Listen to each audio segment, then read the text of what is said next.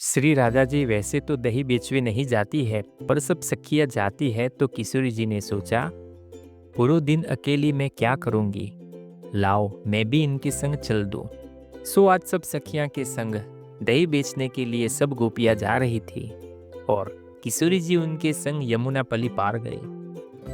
अब यमुना पार गई तो देखो, ऐसा योग बना कि कोई दही खरीदवे वारो आया ही नहीं। दही बिक्रो भयो ही ना। सांझ का समय हो गया। किशोरी जी ने सब सखियों से कहा, अच्छा अब तुम वापस चलो, ज्यादा रात हो जाएगी, विलंब हो जाएगी तो कीर्ति मैया फिर बहुत डांटेगी। चलो वापस चलो। जैसे ही वापस जाने को तैयार हुई, यमुना जी के तट पर पहुंची। मंद मंद सूरज अस्त हो चुका है, धीरे धीरे अंधेरा हो रहा है। किशोरी जी सब सखियों से कह रही है, अरे जल्दी करो, जल्दी कोई नौका की व्यवस्था करो, उस पार चलते हैं। सखियां सब ऊपर चढ़ चढ़ के यमुना के तट पर देखती है, पर दूर दूर तक कोई नौका दिखाई ही नहीं दी। ए सामा जी, आज तो श्री यमुना जी ने हमारी परीक्षा ले ली है। दूर दूर तक एक भी नौका नहीं है और ना ही कोई नाव चलाने वाला दिख रहा है। ए श्यामा जी, अब क्या करें? किशोरी जी व्याकुल हुई। अरे ऐसे मत करो, कीर्ति मैया तो बहुत डांटेगी और पिताजी बड़े व्याकुल हो रहे होंगे। मुझे जल्दी घर पहुंचना है। मैं काहे को आई तुम लोगों के संग? आज न आती तो ठीक रहती। पीछे पिताजी ढूंढ रहे होंगे, चिंता कर रहे होंगे। कहाँ चली गई श्यामा? सखियों ने फिर से जाकर देखा। इतने में एक सुंदर सी छोटी सी नाव में एक सुंदर से गोपाल जी, बढ़िया सुंदर वस्त्र पहने, ऊंची धोती पहने, सिर पर पाग बांधे, छोटी सी अपनी नौका में अकेले ही चला आ रहे हैं। गोपियों ने ऊपर से देखा।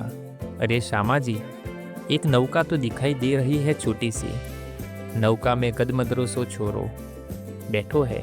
श्री जी बोली, कच्छू करो, कैसे करो, कोई भी उपाय करो, नौका बुलाओ, मुझे जल्दी अपने घर जाना है। मैया बाबा बड़ी चिंता में होंगे। सब गोपियाँ गई और अटारिनते चिल्लाने लगी, ओ मल्लाह, ओ नाव चलावे वारे, जल्दी अपनी नौका लेकर आओ यहाँ पर। ठाकुर जी बोले, पहले तमीज से बोल लो, मैं मल्लाह नहीं हूँ, कोई नाव चलाने वालों नहीं हूँ। मैं तो मेरी खुद की नौका है, मेरे बाबा ने छोटी सी मुझको बनाई है। मैं यहाँ बैठकर जमुना जी की सैर करूँ। मैं कोई आर पार करवे वालों मल्लाह नहीं हूँ। गोपी बोली, अरे ये तो गुस्सा कर रहा है, रूठ रहा है। दूसरी गोपी बोली, अरे जैसे भी हो, श्यामाजू को पार करना है भैया। दूसरी नौका दिख नहीं रही। इसी को बुलाओ, थोड़ा प्रेम से बुला लो। गोपियाँ सब कहने लगी, अरे ओ मल्लाह, ओ गदमदरा से कारिया, अपनी नेक सी छोटी सी सुंदर सी नाव लेकर यहाँ आ जा। प्रेम से सब बुलाने लगे। ठाकुर जी नौका लेकर आए। सखी ने जाकर कहा, भैया हम 7-8 गोपियाँ हैं, दही बेचने के लिए यहाँ आई है।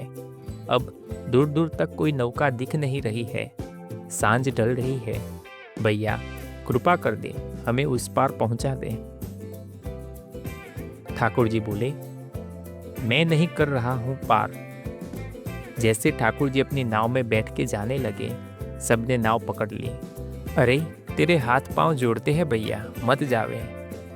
इतने में किशोर जी ने मन में विचार किया और जैसे ही टीले के ऊपर किशोरी जी पधारी, लड़ते झगड़ते ठाकुर जी ने एक दृष्टि किशोरी पर पड़ी।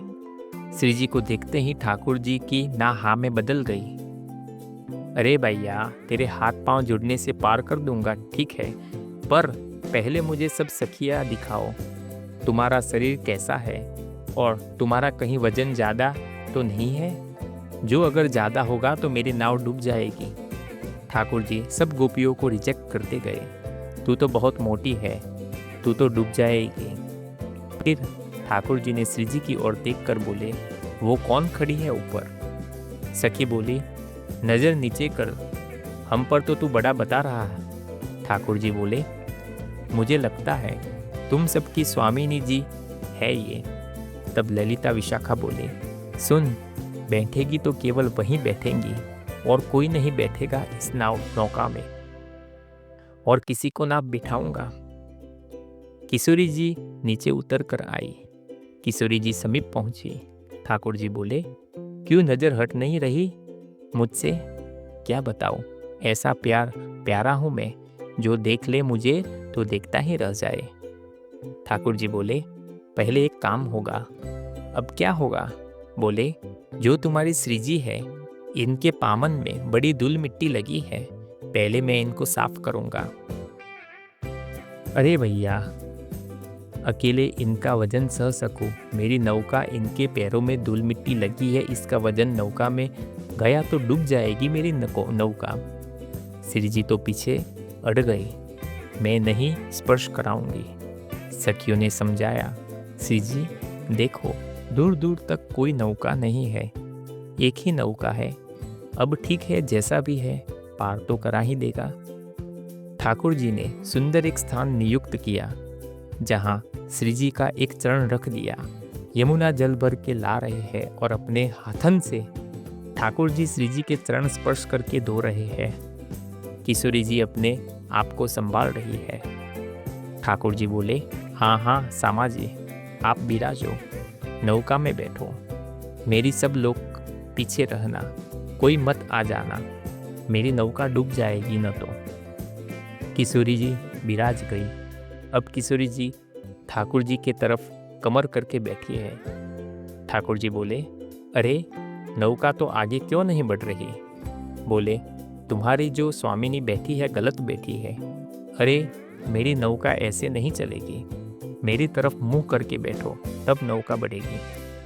किशोरी जी ने मुंह तो बहुत चढ़ा रखा है, नाराज है, पर ठाकुर जी की तरफ मुंह करके बैठ गई। जैसे ही नौका यमुना जी में पहुंची, सब सखियों ने दावो बोल दियो। सब दौड़ी और नौका में जहाँ जगह मिली वहाँ चढ़कर बैठ गई। कई तो ठाकुर जी की गोद में जाके बैठ गई। ठाकुर जी बोले, मैं ऐसी लात मारूंगा, गिरोगी जाकर जमुना जी में।